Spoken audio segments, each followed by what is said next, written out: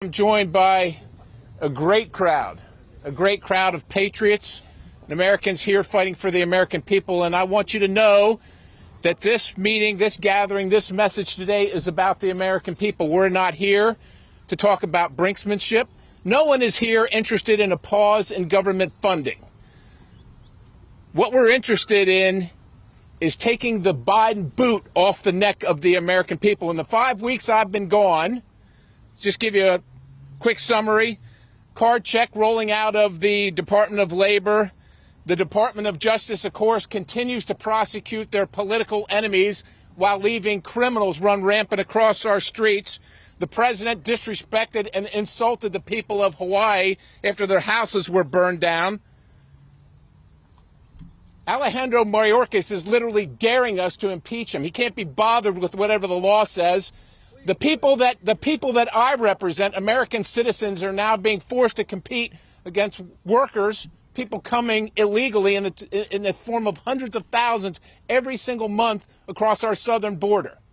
The people in the city that I represent, the capital city of Harrisburg, are dying from fentanyl this week, and there's not a damn thing being done about it. Not a damn thing being done about it. We are sick of the theater.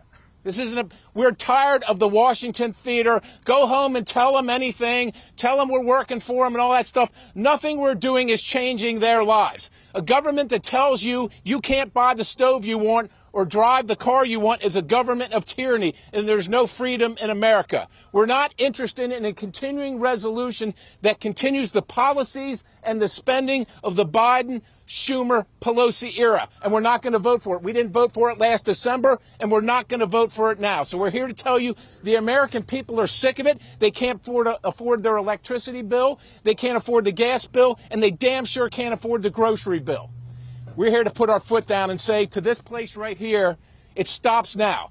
The power of the purse is in the legislature. And the way you stop all this craziness of the Biden administration, the tyranny of the Biden administration, is to stop giving them money. With that, I turn it over to the great senator from Florida, Mr. Scott. Thank you, Chair Perry. So first off, let's look at what's going on here. We've had a 1.8% increase in our population since 2019. The budget's up 55%. Would anybody do that with a personal life? Nobody would do that. That's $400,000 of new spending per new person.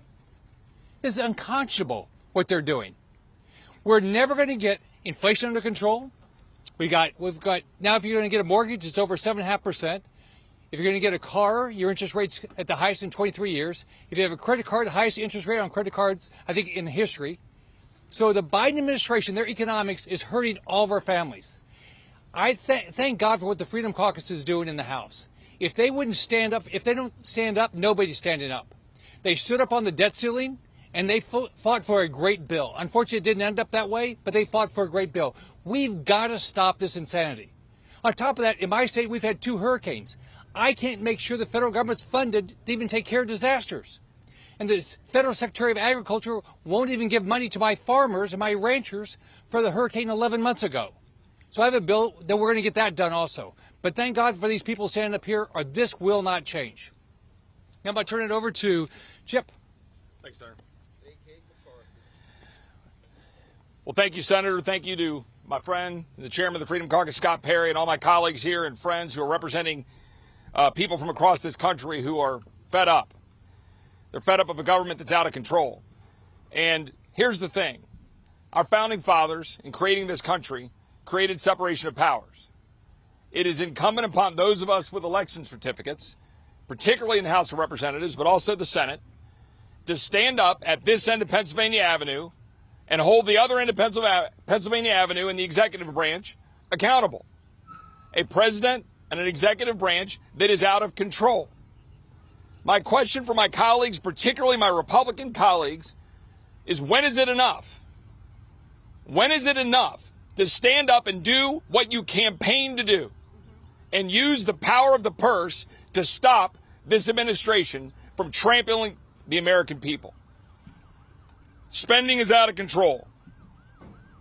The federal government will spend $2 trillion more than it takes in this year to fund the very agencies and programs at war with the American people. Inflation is opposed to 17% across-the-board tax on Americans.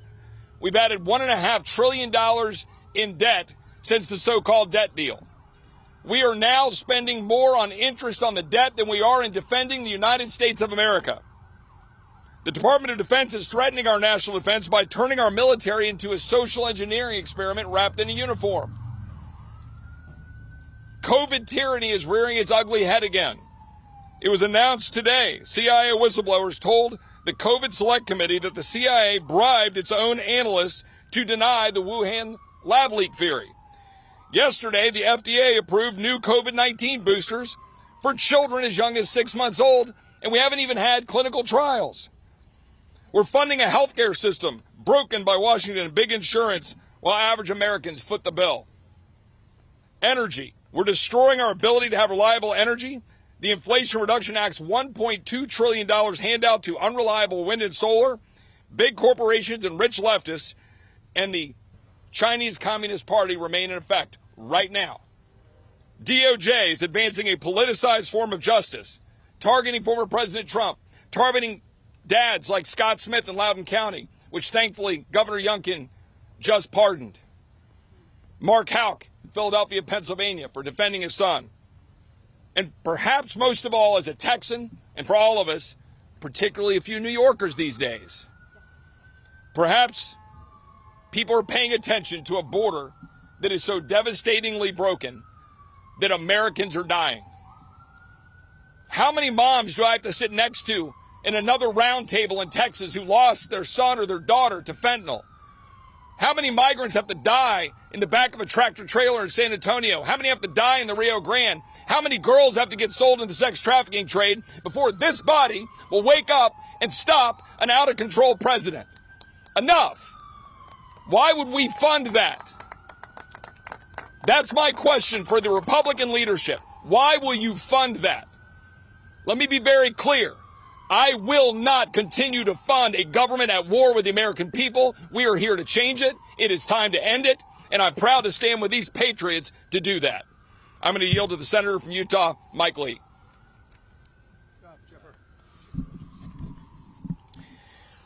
We're $33 trillion in debt for one reason. We're doing it wrong. This is how we do it. This is how we spend in Washington.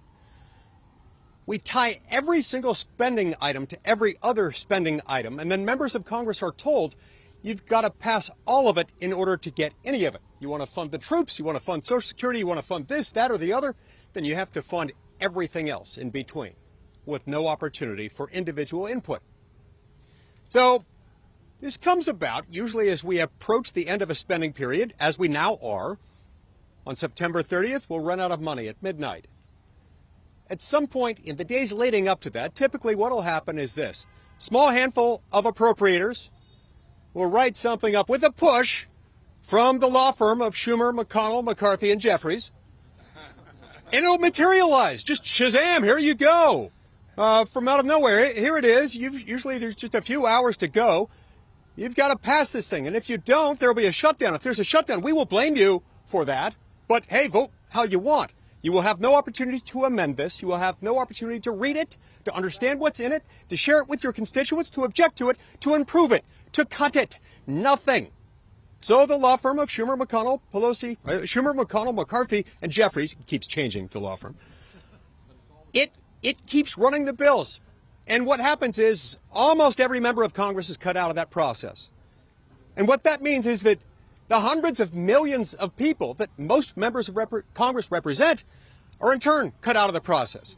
This process will continue, and its deadly deficit and debt ushering consequences will continue to devastate America until it no longer works. But it will work as long as members vote for this.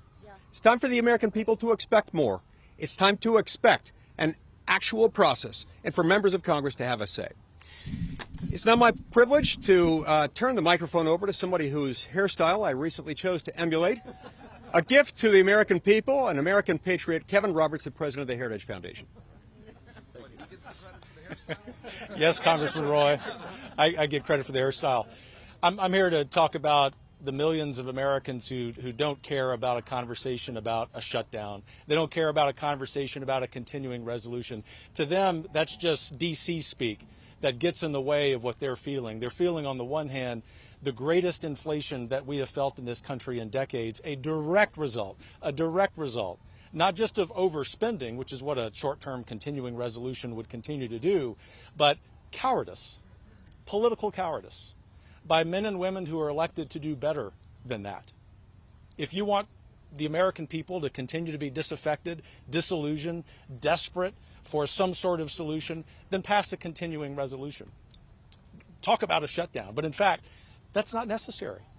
The House of Representatives mustered 218 votes for a great piece of legislation that was fiscally conservative. And then on another occasion, they mustered 218 votes for another great piece of legislation, which my friend, fellow Texan Chip Roy talked about, and that is securing the southern border. Let that be the guide. That's the solution here. Only in D.C. would this be complicated. Right. And so for us at the Heritage Foundation, we're really motivated by ordinary people, as all of these men and women behind me are. And I think about our new friend, Elise Tambuga, in Texas, who just in March of this year lost her mother and her 7-year-old daughter because a human smuggler with 11 illegal aliens in his truck got into an accident with the two of them. Passing a continuing resolution funds the lawlessness and the Biden insecure border. It is imperative that we think more boldly than this. And in fact, thinking boldly in this case is just common sense. So the Heritage Foundation is very grateful to stand with all these patriots behind us. And I'm grateful to turn this over to our friend, Congressman Ralph Norman of South Carolina. Thanks, Kevin. Thank you, Kevin. You know, I now believe that most politicians in Washington, D.C. don't believe in gravity. They just don't believe in gravity. And you know, and you can disagree with gravity, and it's not the fall that gets you; it's the sudden stop. Well, we're on a sudden stop with the economy here, folks. National issues of overspending. I'm tired of it, as this group behind me has said. And I'm not going to read you all the lists. Y'all know the overspending. But I'm tired of politicians campaigning on one thing and then and not having the courage to back it up. Anybody, any Republican, and I don't even mention the Democrats. I know they're bought and sold anyway. They're going to vote for this thing. Anybody that votes for a continuing resolution funds all of this stuff. That is absolutely insane and putting us in dire conditions. And how many people, as has been mentioned, have to die on the border? How many people have to get the phone call that I got? A good friend of mine's son was shot and killed. He was a police officer for 24 months. How long are we going to have the kick me on our back? Well, folks, now is the time. Now is the time that we stand up. And whatever it is, we got rolled on the debt ceiling. We're not going to get rolled again now. We're going to use our votes to defund as many things as we can. CR, I'm not voting for, as many aren't, because it funds all the bad things that we say we are against. So I hope you will report this. This country, economic security is national security. If not now, when? I call on Jenny Beth Martin. Thank you. I'm Jenny Beth Martin with Tea Party Patriots Action. I'm here today on behalf of the 3 million supporters and members of Tea Party Patriots Action who support the House Freedom Caucus because the HFC is fighting to break the endless cycle of tax and spend, borrow and spend, and spend and spend. Because the Freedom Caucus knows we simply cannot sustain the reckless spending. We need to cut spending. I'm also here today because the House Freedom Caucus is fighting to get the Biden administration to do its job and to enforce our immigration laws. The Democrat governor of Massachusetts just declared a state of emergency. The Democrat governor of New York is begging Washington for help. The Democrat mayor of New York City says illegal immigration is going to destroy the city. All because the Biden administration won't keep our nation's borders secure. So I have a simple message on behalf of our 3 million supporters. No security, no funding. Add the language of the Secure the Border Act to the continuing resolution and cut spending, or don't expect to see it pass. No security, no funding. Thanks, Jenny Beth. Thank you, Jenny Beth. Jenny Beth, good job. I'm Congressman Dan Bishop. Ladies and gentlemen of the media, do you remember in January when we took 4 days to seat a speaker?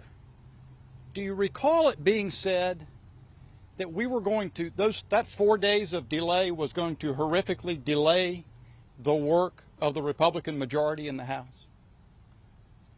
Is it really possible that we are now standing 8 months later and do not have a spending plan that 218 members are prepared to support on the floor? Can you possibly account for that if you are the person responsible for leading? Why is it that every tough leadership proposal, every tough initiative that has been formed and offered and adopted in this Republican majority has come out of these folks? The House Freedom Caucus, the Limit, Save, Grow proposal, H.R. 2, very substantially. Why is that? Where are the other ideas from the remainder of the Republican conference? Are we really walking into this month, or this return from recess, a couple of weeks out from the spending deadline and being told that we've got to support a clean CR? Really? I've thought over the debt ceiling debacle, and there's one idea that came out of it that epitomized the problem that we face. It was that the Speaker said that he, on his own, unilaterally made the decision not to move the debt ceiling out to the first quarter of 2024, when it would have played a central role in our next presidential election and the debate associated with that. But he, on his own initiative, decided to push it out to the beginning of the next year, 2025. Why? Because he was concerned about entering into another negotiation with Joe Biden. Leave aside how astonishing that is in itself. But how does one who is leading anticipate in a divided government moving forward on policy issues critical to the American people unless there's a negotiation, unless there's an opportunity to negotiate? The opportunity to negotiate on behalf of the American people arrives again right now. And leadership means seizing that opportunity and doing something for the American people. Passivity, standing still, giving in, telling us that the Senate will jam us, that does not answer the call. Right. Amen. Yes. What's that, Dan? I yield to Wade Miller.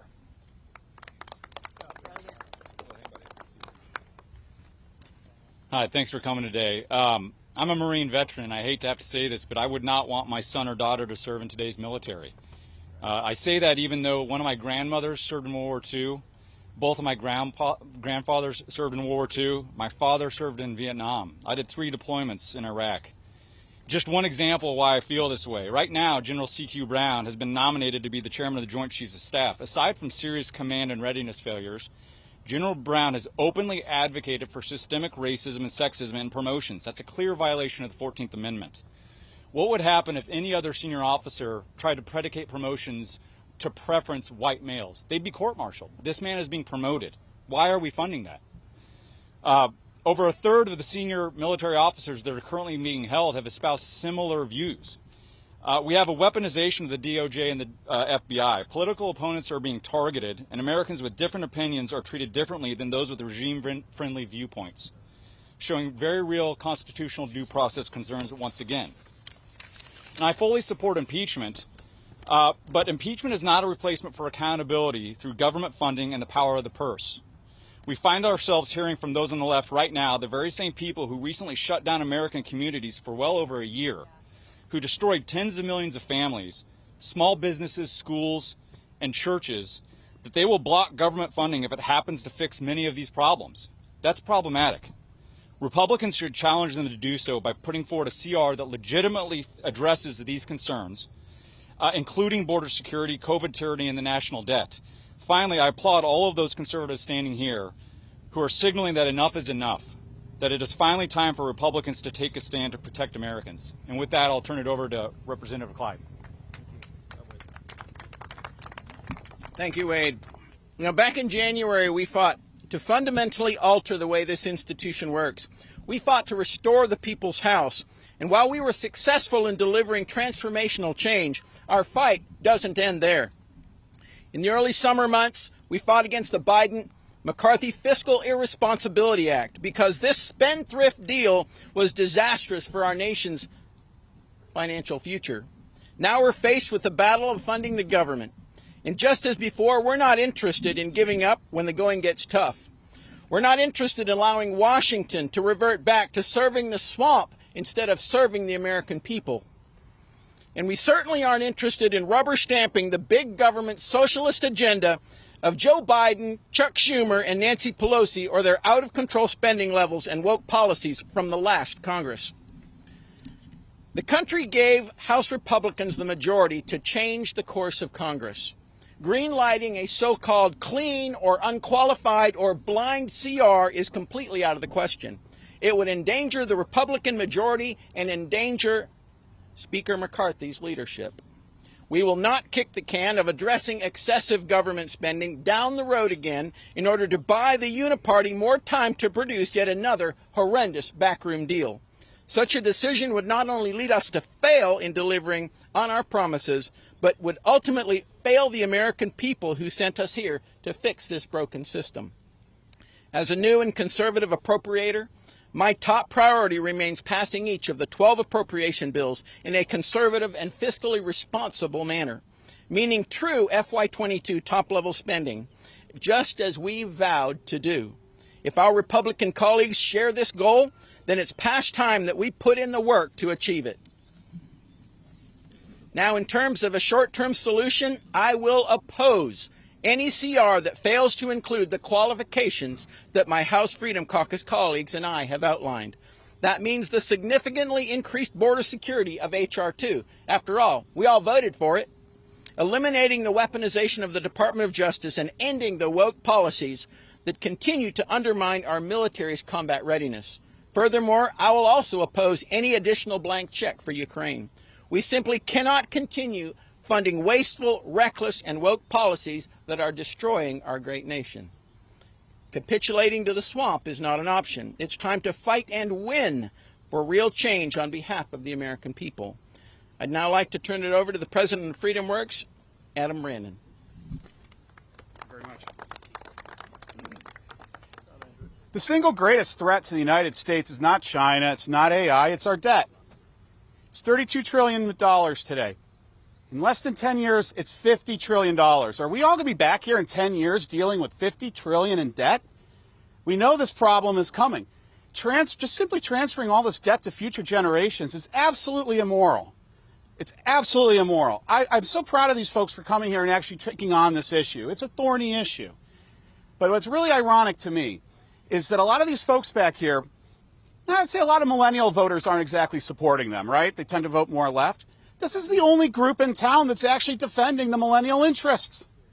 They're standing here for future generations that don't even support them. That's crazy. But I applaud them for doing this. I applaud them for stepping up for future voters. So 10 years, we don't have to have another stupid press conference about our debt. Let's actually start dealing with it now. So I'm going to turn it over to Congressman Good. Thank you, Adam, and thank you to my colleagues, and thank you, everybody, for being here today. You know, we have a Republican majority, and yet we are on the verge of a $2 trillion deficit with a Republican majority and about to spend $7 trillion this fiscal year. We don't need a Republican majority to do that. January was about us not doing what we've always done and expecting we'd get a different result. January was about us, when we have the majority, not passing major spending bills with a majority of Democrat votes. And yet we had a coalition of conservative policymaking going on through April until the failed Responsibility Act. And what was the failed Responsibility Act? That was when Republicans and Democrats came together minus the people behind me, came together and raised the debt ceiling to an unlimited amount through January of 25, as much as we in Congress can come together and gleefully spend until January of 25. And there's one thing Congress is good at, it's spending money. And that's why we have, as others have noted, $32 trillion national debt, on our way to 33, probably 35 by the time this Congress is finished, a year and a half from now, over $100,000 per American citizen. With a Republican majority, when we campaigned on fiscal responsibility, when we campaigned on cutting our spending, when we campaigned on fighting for Republican policies and reversing the harmful Biden, Pelosi, Schumer policies under which the American people are suffering today. And the days of reckless spending without consequence are over. We're seeing record inflation, 40-year high inflation because of the massive spending. We're seeing interest rates raised in a futile attempt to combat the inflation that we've caused through our spending, and those interest rates are further crushing the American people. And yes, we're seeing our credit rating lowered for only the second time in history, which further causes interest rates to go up and further oppresses the American people. And yet we cannot get our Republican conference to come together and pass 12 appropriation bills on time that cut our spending with only the modest goal of going to 2022 levels overall, 2019 pre-COVID for non-defense discretionary. That is a modest, embarrassing low $115 billion cut when we're running a $150 billion monthly deficit. There's some disagreement on how far we should go. There's some disagreement on what policies to put first, but fight for something for the American people. They didn't elect a Republican majority to cave to the Democrats once again. I call on the Speaker. We call on the Speaker to be a historic, transformational Speaker that for once stares down the White House, stares down the Senate, and stands strong for the American people and says no. We can pass all of our appropriation bills, maybe not by September 30, unless, you know what, we work. You guys are ready to work the last week in September, right? Don't send us home that last week in September. Keep us here to pass our spending bills, advancing Republican priorities, and cutting back to the pre-COVID levels. And then if Schumer wants another Schumer shutdown, let him have it and let him defend it to the American people. So I stand here with my colleagues today in solidarity to fight for the American people. And I yield now to Dave McIntosh of Club for Growth. You all have heard very eloquent remarks today, so I'll keep mine brief. Woke deficit spending is ruining this country, and it's time that it stop. These men and women are the leaders carrying that message. Club for Growth will stand behind them as they work with Speaker McCarthy to bring forward a bill that stops deficit spending and runaway ruinous deficit. I commend them and I thank them for their effort. Well, I thank you all for being here, and thank you to my colleagues. You know, the American people are sick and tired of funding the priorities of Washington elites. The American people are sick and tired of a woke and weaponized Justice Department. And the American people are sick and tired of a border that is so porous that we have hundreds of thousands of people coming across monthly. We have 85,000 children that are unaccounted for. I was just in Tucson, and I went south to the border. You have miles and miles of fence. And roughly every quarter of a mile, our government has cut holes in the fence. The so-called deer crossing, there was no deer tracks. I'm a country boy from Tennessee. There was footprints, there was carpet shoes used by the cartel, and there was paraphernalia. I found birth control of a woman who couldn't afford to pay her fare, so she had to work it off on her journey. These feckless policies of this inept, corrupt administration, we will not fund. It is time that we draw a line in the sand and say, hell no. This economy is like the Titanic. It's on a course. There's a collision ahead, and if we don't correct course, the outcome will be catastrophic. I yield to Katie Bell. Rosemary. I represent Numbers USA, which is a grassroots organization that focuses exclusively on immigration. We represent over 7 million Americans in every state and every congressional district. Regardless of whether you are a Democrat or a Republican, or you live in a red district or a blue district, the border crisis affects all of us. But the people it affects most of all are low-income, working-class Americans and recent immigrants who have to compete with illegal aliens for jobs, scarce state and federal resources, healthcare resources, and affordable housing. Their kids are in overcrowded public schools, their wages are stagnating, and their grocery bill is soaring. The House of Representatives has already passed the solution to the border crisis, H.R. 2, the Secure the Border Act, but it's languishing in the Senate. The only leverage the House now has to move H.R. 2 across the finish line is the constitutional power of the purse. Congress cannot continue to fund this administration's efforts to escort as many illegal aliens into the United States as possible under the guise of either illegal parole or catch and release. To do so would make Congress complicit in the open border policies of this administration. The House must attach H.R. 2 in its entirety to the spending bill and pass that. No security, no funding. Thank you very much, and I am turning this over to Kiesel. Right here. Thank How you. are you? Thank you. Thank you for being here. You have heard very eloquently from my colleagues. I appreciate the senators being here to support us, but this is the opportunity for the House of Representatives to do its job. I just got back from what we euphemistically call the August recess. I want to share two things with you. First of all, last Thursday night, I was with a group of my constituents who are so frustrated with the federal government. The spending, the tyranny against the citizens. It was amazing to me to hear what they are so frustrated, even angry about. The second thing is I visited several food pantries in my district over the recess.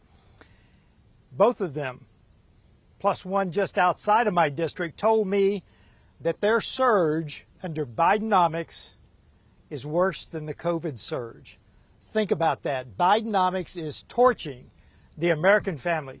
Those are two Main Street stories that I want you to focus on, because we can talk theory, we can talk esoteric theory all day long, but our families are hurting.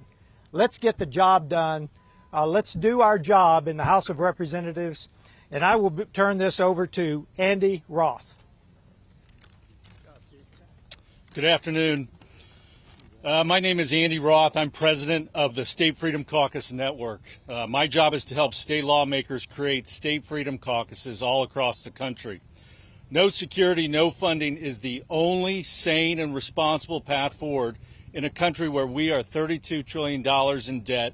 Hundreds of thousands of illegal aliens are crossing the border unimpeded, and our justice system is weaponized against the Biden regime's political opponents.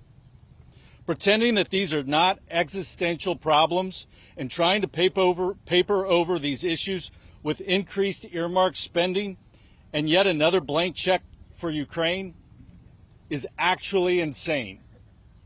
To the House Freedom Caucus members behind me, all of our State Freedom Caucus members are foursquare behind you. We have 135 state lawmakers in 11 states representing millions and millions of hardworking Americans. In Arizona, Illinois, Pennsylvania, South Carolina, Idaho, Georgia, South Dakota, Wyoming, Montana, Louisiana, and Mississippi, our members are standing and cheering for you, letting their constituents know who the real fighters are in D.C. and who is standing in the way. We all know you'll stay strong and committed, and we thank you for it. We're growing the team of your supporters. Let's go. Clay Higgins, Congressman from Louisiana. I thank you all for being here, and I appreciate my colleagues for standing with us today. Before you, ladies and gentlemen, Americans at home, you have the fighters within the House of Representatives. We're the men and women that represent the point of the spear, and we speak your voice. We feel your pain.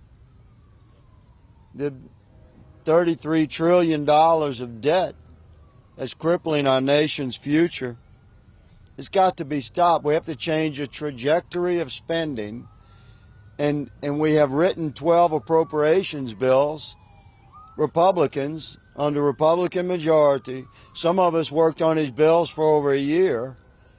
These bills are set to be passed. There's a bit of a disagreement right now.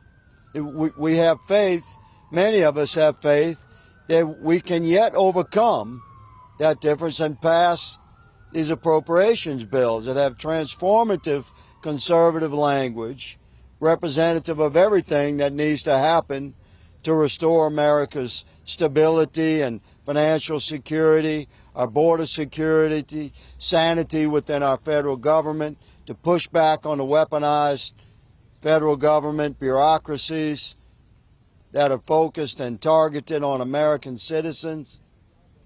We have an opportunity to save our country or lose it. And a lot of that fight is going to happen in the next 2 weeks.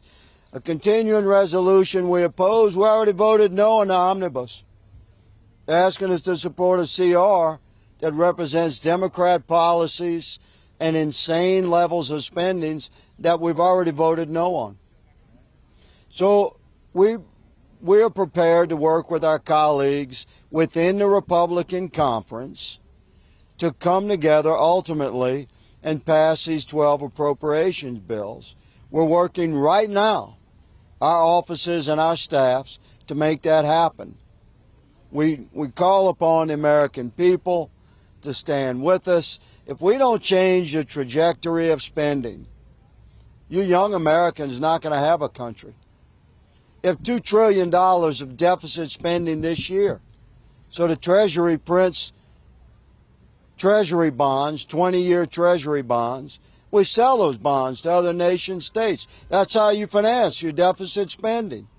So what are you going to do in 2043? What are you young Americans going to do in 20 years when your federal government, with the full faith and credit of your United States Treasury, are constitutionally bound to service $2 trillion of debt in that year? Be 1/5 of your federal revenue. You'll have no discretionary spending. The total amount of discretionary spending that we're arguing over right now is less than the deficit that we've accumulated this year. You young Americans better pay attention to who's actually fighting for you. It's the men and women that stand with me here today. Have a gentleman coming to speak behind me. Pay close attention, because he uses words with many syllables. Tom Fitton, step forward, please, sir. Thank you, sir. Appreciate it. I'm Tom Fitton. I'm president of Judicial Watch, America's leading government watchdog organization. We have a simple request for Congress: do your job. It's not enough to do investigations and reports. We need to stop the government corruption and abuse that is so concerning to the American people. In this new budget fight, or basically the old budget fight that we're being asked to pretend is new, there's an inflection point. Are we going to continue to fund Republicans in the House the wild abuse by the Biden administration of its political opponents, the mass censorship of tens of millions of Americans, the border invasion we've heard so much about, and the other wild abuses of power that are right now fully funded with Congress? And I don't know what we're talking about with a clean CR. I see a dirty CR, a CR that will fund the worst of dirty politics and corruption in our federal government. And there's a positive moral obligation right now, not next year, but right now, to stop the abuses, the effort to jail Trump on pretextual, unprecedented charges in a way never seen before in American history. An obligation to stop right now the Biden administration's censorship of tens of millions of Americans. The obligation to stop right now the illicit use of tax monies to fund abortions in our military and elsewhere. We need to stop right now the attack on children through the promotion of transgender extremism. We need to stop right now the lack of serious investigation into the Biden administration corruption, specifically Biden corruption. We need a Justice Department or a special counsel that has confidence of the American people. All of these issues can be addressed in this continuing resolution, And if they don't want to address it, that suggests to me those who vote for it are on the side of corruption, and those who oppose it are on the side of justice. Thank you very much. All right, we'll take a few of your questions. I got a question for Congressman Roy.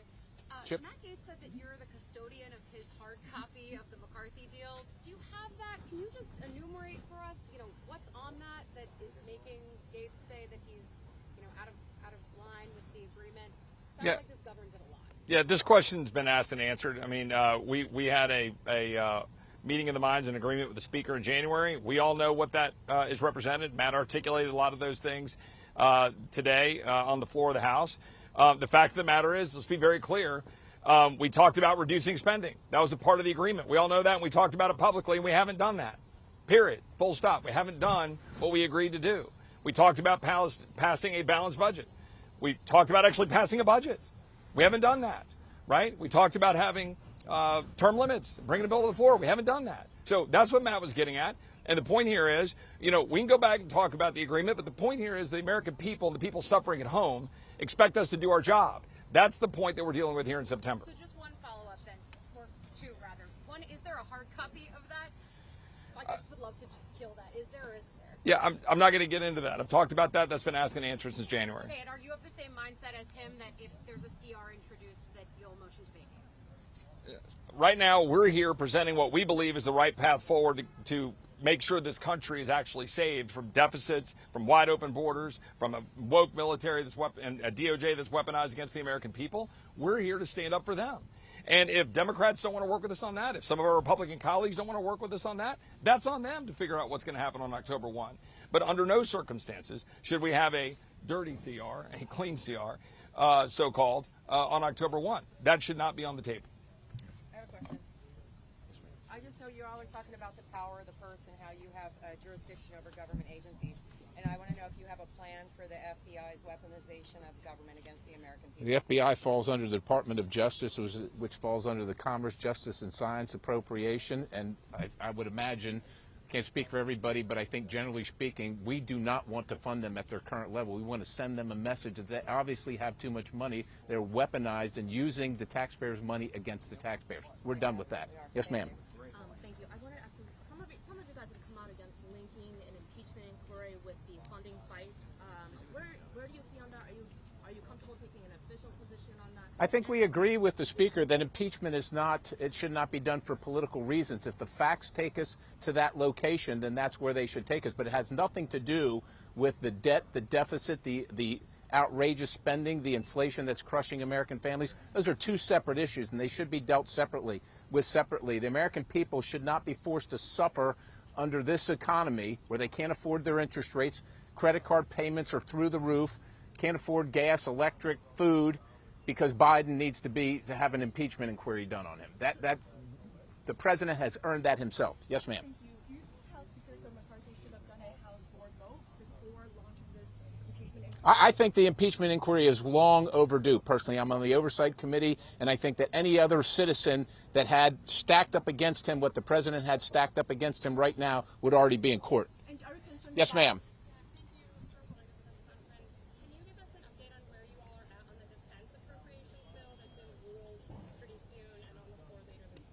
Let me be clear. The Republican Party always wants to defend the nation and always wants to support our military. As a guy who spent 38 years in uniform, I understand that. But what we're not going to do is say that we're going to pass things without knowing what the plan is and knowing that it leads to the increased spending that is crippling our citizens. We're not going to do that. So we're going to have to see the whole plan is the point. Yes, ma'am.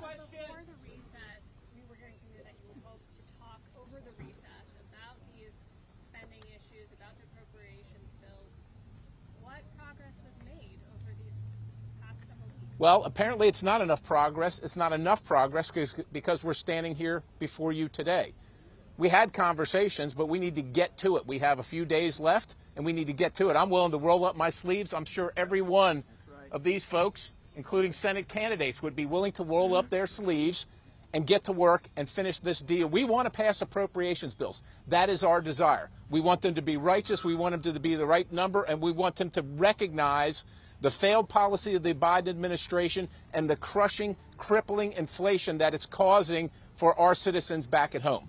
Who's got a question? Yes, ma'am. Hi, yeah. The speaker had previously said that he warned that Biden investigations would maybe get tied up if a shutdown occurred.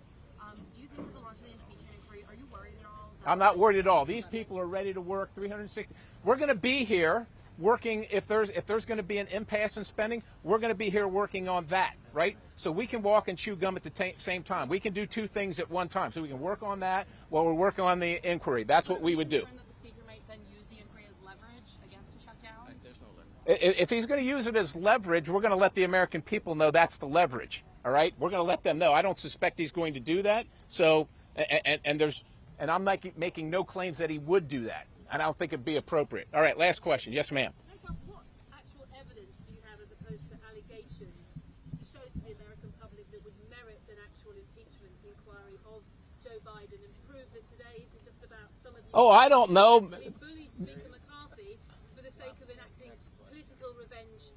This isn't about political revenge. We have the bank accounts. We can see, ma'am, you can see that the homes that the Bidens own can't be afforded on a congressional or Senate salary. You also understand that it's not normal for family members to receive millions of dollars from overseas interests. Those things aren't normal. That's not normal to have 20 shell companies. These things are not normal, and it alludes to not only just widespread corruption, but money laundering, if not influence peddling itself. And we also have the vice president at the time on record saying that the prosecutor was fired. Well, son of a bitch, the prosecutor was fired, right? Because the prosecutor was going after the company that his son was working on. That's what we have. If you can't see that, if you are that blunt, look, I'll turn it over to the attorneys.